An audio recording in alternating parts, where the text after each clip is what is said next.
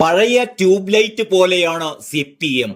ബുദ്ധിയും വിവേകവും തിരിച്ചറിവുമൊക്കെ വരാൻ കുറച്ച് സമയമെടുക്കും. മിന്നി മിന്നി ഒടുവിലെ കത്തു. തിരുവമ്പാടിയിൽ വൈദ്യുതി ബന്ധം വിച്ഛേദിച്ച സംഭവത്തിലും CPMന് ബുദ്ധിയുദിച്ചത് വളരെ വൈകിയാണ്. നിലപാടിൽ CPM യു-ടേൺ അടിച്ചിരിക്കുകയാണിപ്പോൾ. KCB ചെയർമാൻ ബിജു പ്രഭാകറിനെതിരെയാണ് വിമർശനവുമായി CPM രംഗത്തെത്തിയിരിക്കുന്നത്. ബിജു പ്രഭാകർ ചെയ്ത കുറ്റം സർക്കാരിന് ഏറ്റെടുക്കാനാവില്ലെന്ന് CPM Thiruvambady area secretary VK Vinod പറഞ്ഞു.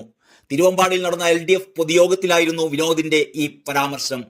നേരത്തെ KCBയുടെ നിലപാടിനോട് ഐക്യദാർഢ്യം പ്രകടിപ്പിച്ച് DYFIക്കാർ നഗരത്തിൽ പ്രകടനം നടത്തിയിരുന്നു. ഒരാൾ ആക്രമണം നടത്തിയതുകൊണ്ട് അവരുടെ വീട്ടിലേക്കുള്ള വൈദ്യുതി ബന്ധം വിച്ഛേദിക്കുന്നത് അംഗീകരിക്കില്ല. സർക്കാരും മുന്നണിയും ഈ നടപടി അംഗീകരിക്കുന്നില്ല. അതുകൊണ്ടാണ് വൈദ്യുതി ബന്ധം പുനഃസ്ഥാപിക്കാൻ ഉത്തരവിട്ടത് എന്നും ഏരിയ സെക്രട്ടറി VK വിനോദ് പറഞ്ഞു. അതേസമയം തിരുവമ്പാടിയിൽ KCBയും റസാഖിന്റെ കുടുംബവുമായി ബന്ധപ്പെട്ട വിവാദങ്ങൾ ഒഴിയുന്നില്ല.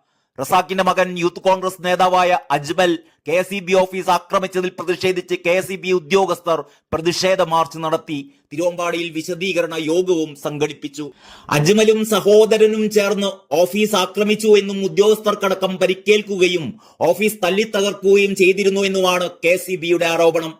അതേസമയം KCBക്കെതിരെ മാനഹാനിക്ക് കേസ് കൊടുക്കുമെന്ന് റസാഖിന്റെ കുടുംബവും പ്രതികരിച്ചിട്ടുണ്ട്. വൈദ്യുതി ബന്ധം വിച്ഛേദിച്ചതിനെ തുടർന്ന് KCB ജീവനക്കാരെ കയ്യേറ്റം ചെയ്യുകയും ഓഫീസ് തല്ലിത്തകർക്കുകയും ചെയ്തു എന്ന കേസിൽ സഹോദരങ്ങളായ അജ്മൽ, ഫഹദ് എന്നിവർക്കെതിരെ പോലീസ് നടപടി തുടരുന്നതിനിടെയായിരുന്നു KCB ഇവരുടെ വീട്ടിലെ വൈദ്യുതി ബന്ധം വിച്ഛേദിച്ചിരുന്നത്. ഇവരുടെ പിതാവിന്റെ പേരിലുള്ള വൈദ്യുതി കണക്ഷനാണ് വിച്ഛേദിച്ചത്. അതോടെ രോഗിയായ ഇവരുടെ പിതാവ് റസാഖും ഭാര്യ മറിയവും ഇരുട്ടിലായി. മരുന്നും ഭക്ഷണവും മുടങ്ങി. ഇവരുടെ ജീവിതമാകെ താളം തെറ്റി. മക്കൾ ചെയ്ത കുറ്റത്തിന് മാതാപിതാക്കളെ ശിക്ഷിക്കുന്ന KCBയുടെ നടപടി വലിയ വിമർശനത്തിനും പ്രതിഷേധത്തിനുമായിരുന്നു വഴിവെച്ചത്.